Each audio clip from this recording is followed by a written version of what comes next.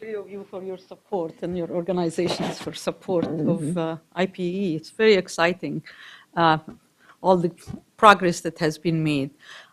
We have about half an hour now, and I would like to give an opportunity to other sponsors to first maybe state or give other marching orders to this great committee that's sitting, writing everything that's being said, and also opportunity to thank those sponsors. So are there other sponsors here who would like to make some comments or just add to this discussion? No?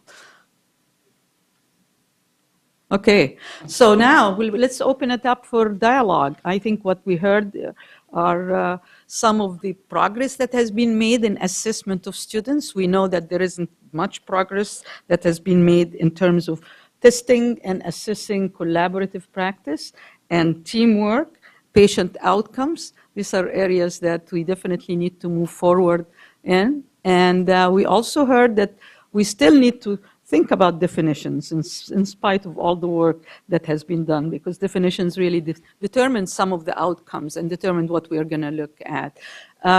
So questions to the panel or comments to the committee? This is a wonderful opportunity to take a little bit more. Yeah, I'm not Deborah, but I'm Afaf Melis. Okay, please, when you speak, tell us who you are first, and then ask your question or make the comment. Okay. Pat Hittenwalker from Uniformed Services University. Carol, my question to you, and I'm always looking at how we can repurpose things that have already been done. As I was looking at your questions and the competencies, have you compared that to the assessments that are already out there on social and emotional intelligence? Because from resilience to almost everything you described is in anywhere between the 24 and the 26 competencies in social emotional intelligence. So I guess my larger question is, do we already have other assessment tools that we could use with both students and faculty that could be leveraged rather than starting to recreate the wheel? Carol, you can take it. Absolutely. I'm delighted you asked that, because I wanted to say something about that, but there wasn't enough time. So, and this is actually something that our professional education group has been talking about, and we've also had conversations with FASHIP, because it's a great area where we need collaboration. There are a number of existing assessments that sample parts of those, and I think what's really needed is that we need to look at what's available that could comprise a toolkit and where the gaps are. And I know that Eric Hombo and Amy Blue did a lot of assessment of what's out there. We also have on MedEd Portal what's called the DREAM Collection. Don't ask me what that acronym stands for, but it is assessments in the public venue that have been reviewed by faculty who have expertise in psychometrics. And of the nearly 100 that are up there, 26 of them have some relevance to IPE and can be used. And of course, if they're in the public venue, it's very helpful to do that. So I think that's really important. And the other thing is, I hope when you looked at those behaviors, those aren't specific to medicine. Although we had to design them for our graduates, every time I've showed this to somebody in some other profession, they've said they're relevant. So I think, as you and I chatted yesterday, one of the tasks is to begin to look at expectations across different professions and say, where do we have common ground? Where can we use the same language to frame the competency, even though the content or the scope may be different? Thank you. And related to this, yesterday in our discussion about what the forum should be thinking about next, one of the things we said was the possibility of developing a set of interprofessional behaviors. And I think this description there of those behaviors points to the possibility of having a set of behaviors that could be across all professions and not limited to any one profession, instead of duplicating and starting from scratch every time we could do that. So these were really interesting behaviors. Okay. Yes.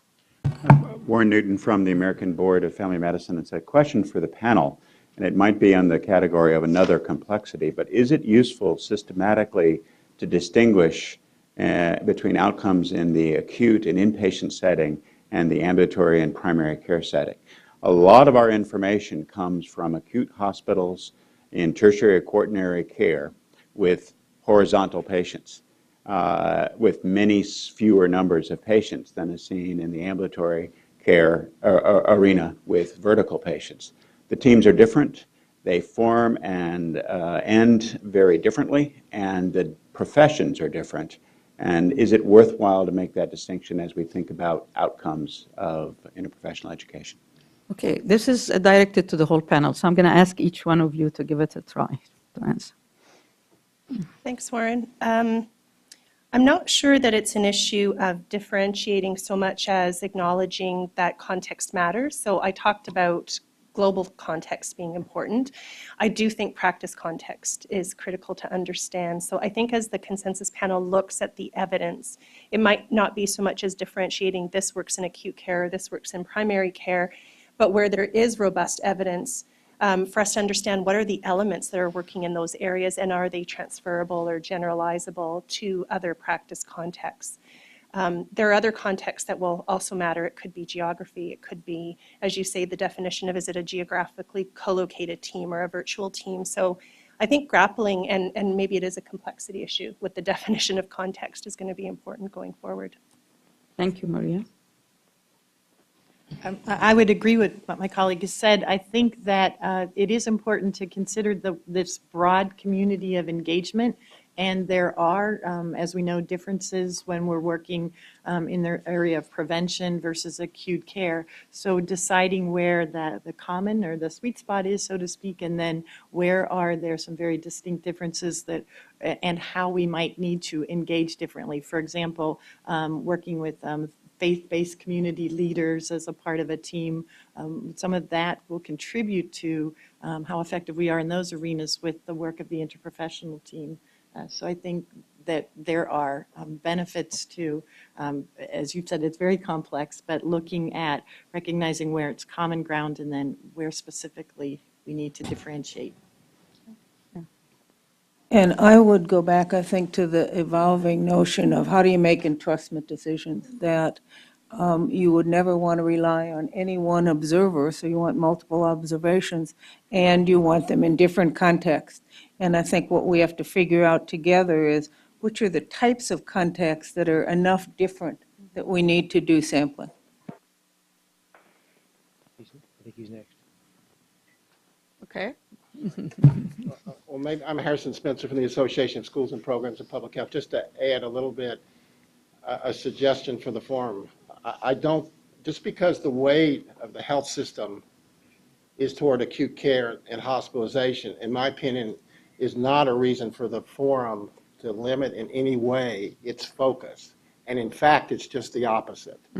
We ought to be doing the complete spectrum of context, which means a much heavier dose of reflection on interprofessional education around population health and education and practice. So for me, it's we can lead and help as there continues to be a shift, which I think is occurring to focus more. As Deborah said, the triple aim, I mean, part of that is population health.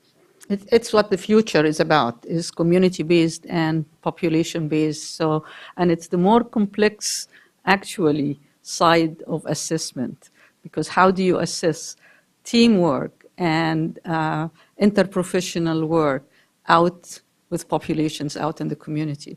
So we are asking you to do the more difficult job, actually, and leave maybe the easier one with acute care to some other people who have done it before.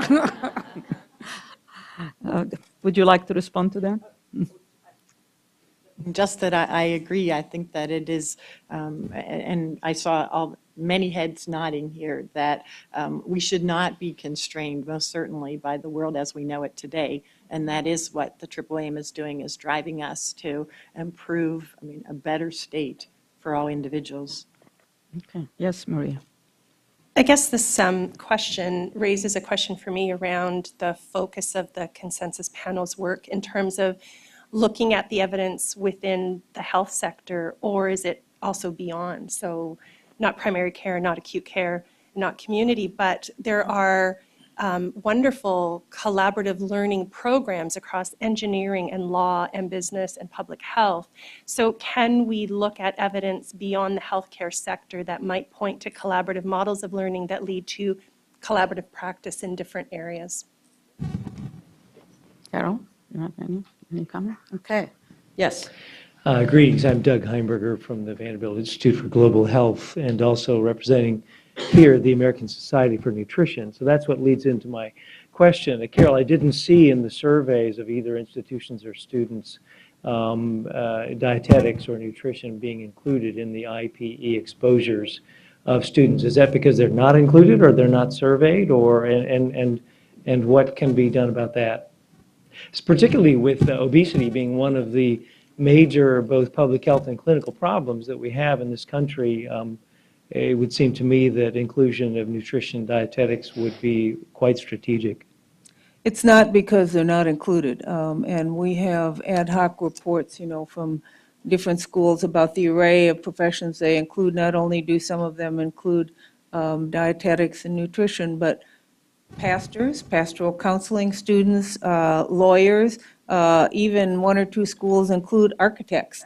So we leave that to the individual school's discretion, and what we ask about in the questionnaire are those professions that are most commonly co-located with a medical school. Actually, that raises a really interesting question because more and more schools now are interdisciplinary.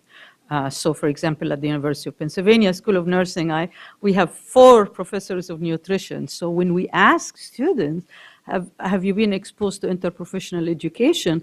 I would bet that the students would think about it in terms of schools rather than in terms of within the school. So I think, how do we tease that out?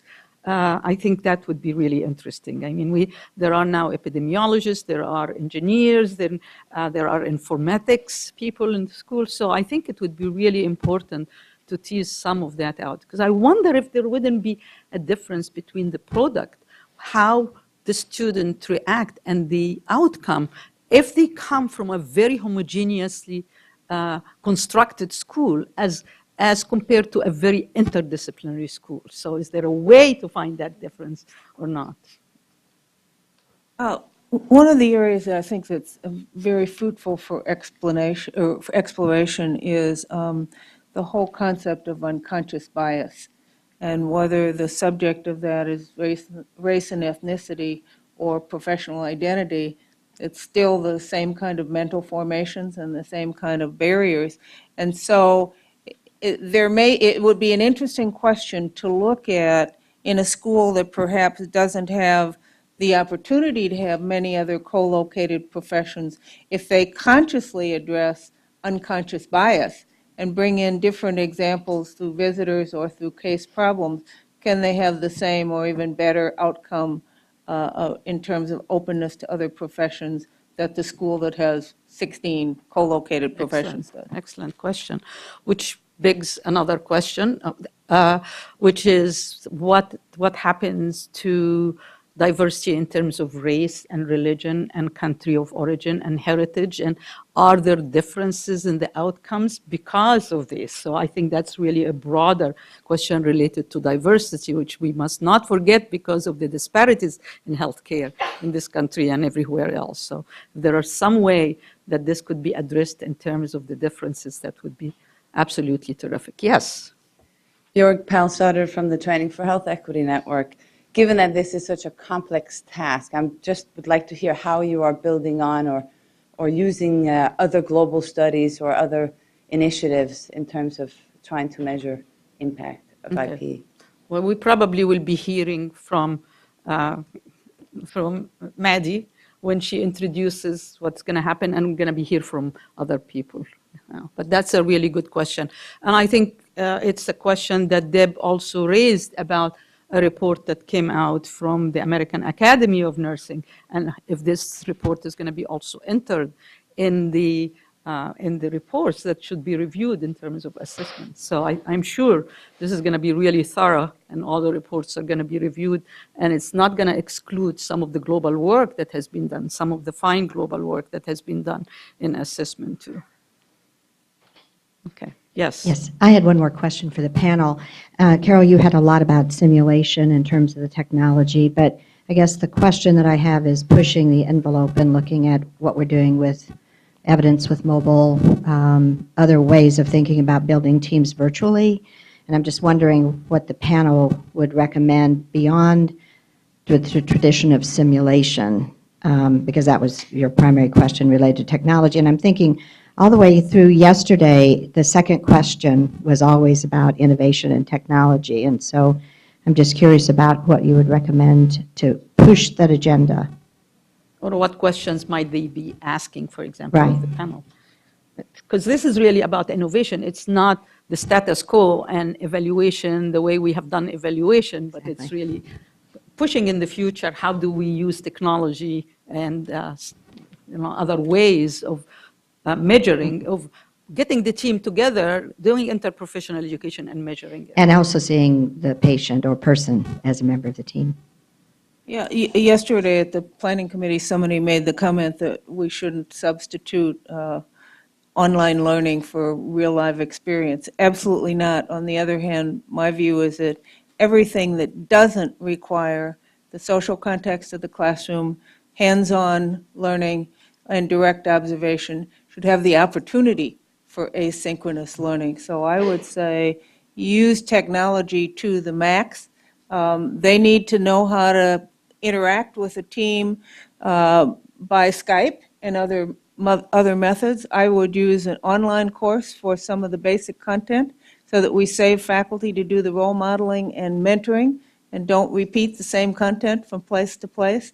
And I think we're only at the very beginning of exploring technology, but we couldn't do this without simulation. It's absolutely the core of it. I'm not saying to eliminate that. I'm just thinking, how do we go beyond? Yeah.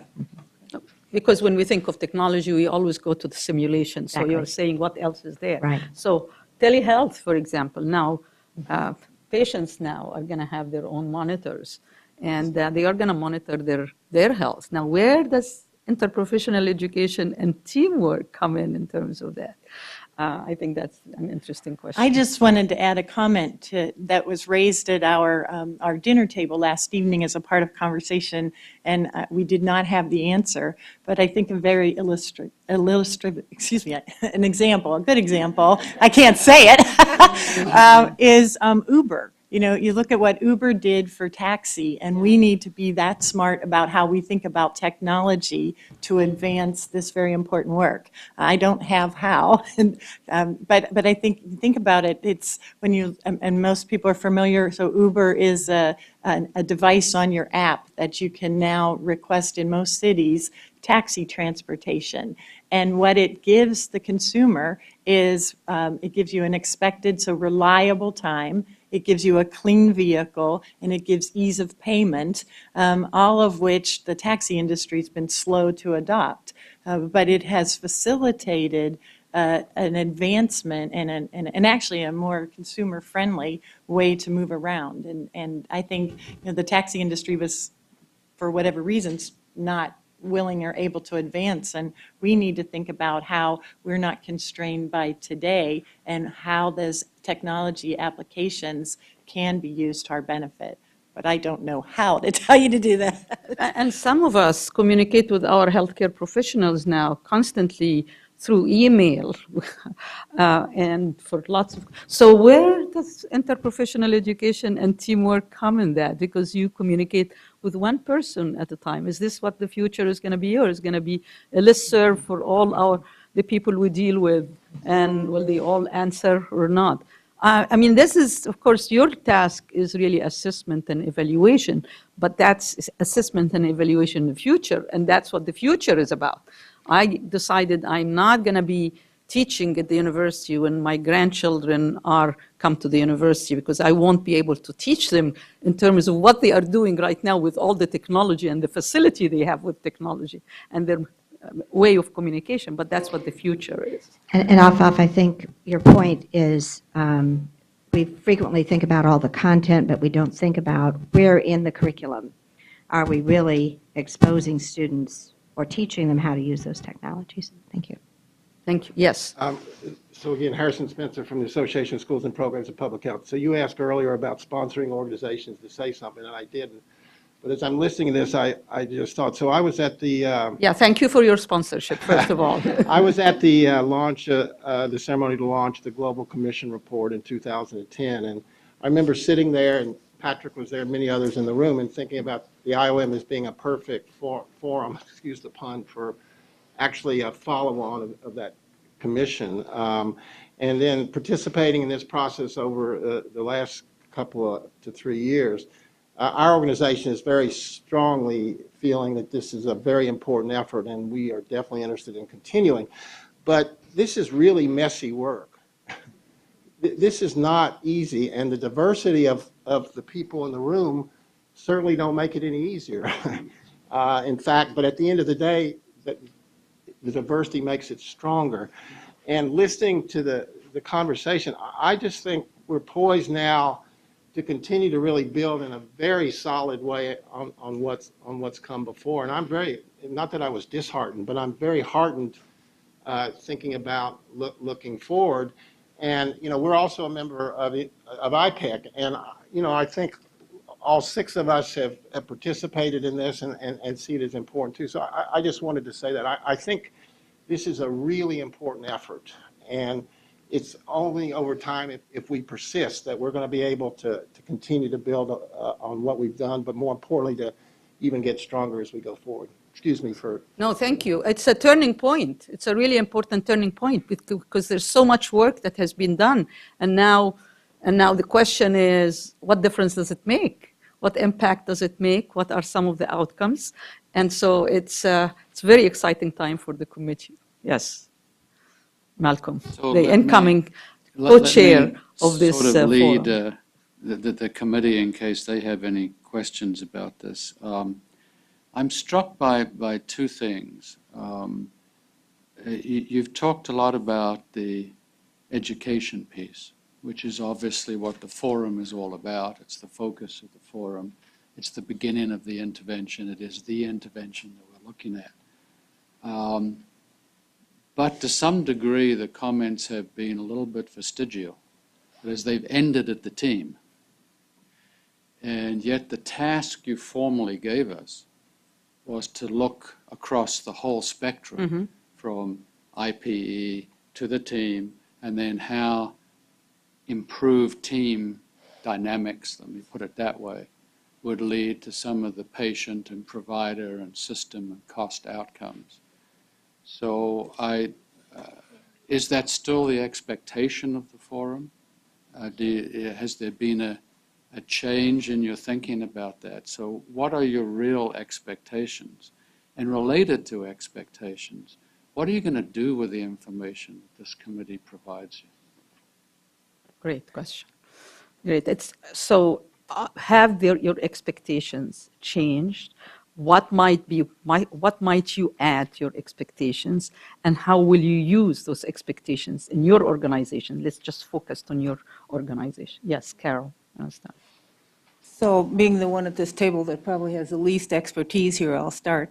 I think, as Maria said, there's growing evidence about, probably not enough yet, but growing evidence about clinical outcomes being affected by collaborative practice and team-based care. What we lack is evidence about the relationship between education and training and readiness for collaborative practice. We don't know if it's the kinds of learning experiences they have, or whether it's the characteristics of the people. Do more open-minded people, even if they don't have any educational experience, will they be better team members? We need to know that. both so we can be most cost-effective in the learning, but also so we can give that evidence to faculty to sustain them in the continued development of this. How would we apply it? I think we would encourage our member institutions to look at the evidence and apply their efforts where there's evidence to support that it's effective. So do we recruit people who are going to become collaborative, and we exclude people who might not be collaborative? But that's just one piece of it. Okay, how about Maria? So certainly from the perspective of expectations, I think our hope and expectation is that the work that's done is very much about the link between IPE and practice. And so we need to think about that practice context very critically. As I mentioned, I suspect that what will come out of your work is not just recommendations that need to be focused to health education leaders. The job, I think, of the forum, the Global Forum in part, is to then look at the recommendations and how they need to be shared, disseminated, diffused to practice organizations, to care contexts. So I would want to know, wearing my healthcare hospital hat, acknowledging it's an acute care center, I would want to know, are there fundamental shifts in how we think about leadership in practice, fundamental shifts in how we look at governance, recruitment and retention efforts, models of practice, models of care that come from your work to suggest that in order for IPE to work contextually in practice, it means practice needs to shift in ways A, B, C, and D. So I do think your task is about understanding that practice context as we've introduced IPE, and for the forum to think about beyond health education and health education leaders, how we move this to the healthcare sector. Okay. Deb? Thank you. I can't speak to what the initial expectations were, but as I've learned in the last few days, as well as my few months at AACN, it doesn't sound to me like the expectations have dramatically shifted, but what I hear increasingly more in this discussion and others is the importance of strengthening that connection between practice and education and sharing and disseminating best practices. And that is a part of what I think this work would be. And it is incremental, and it's varied across the country, it's varied across the globe. But where, again, the strategies that we're using for education, which ones are most effective, and how are we applying those across settings? AACN has for quite some time had, this is IP as a thread, if you will, throughout our essentials at all levels. That is a strategy within our own association for education, but how are we building that thread across the disciplines? And I think that's a part for the education piece.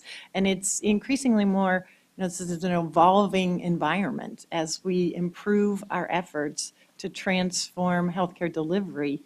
I think that adds a level of complexity to how we measure this. But I don't think that it's dramatically changed. It's looking at how we continue to identify the impact and facilitate diffusion, and then are poised for this constantly changing environment.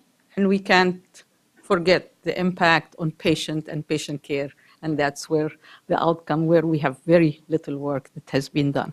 This is going to be a continuous conversation all day, and I think the committee will have a chance to ask questions as we go on. So I'm not going to take the time now to ask the committee, but do save your questions, because there's going to be lots of question and answer after each presentation. I want to take a moment now to thank our panelists for their confidence in the committee and confidence in the forum, and for their support and for the words of wisdom you have given. Let's give them a round of applause. Thank you. And Maddie,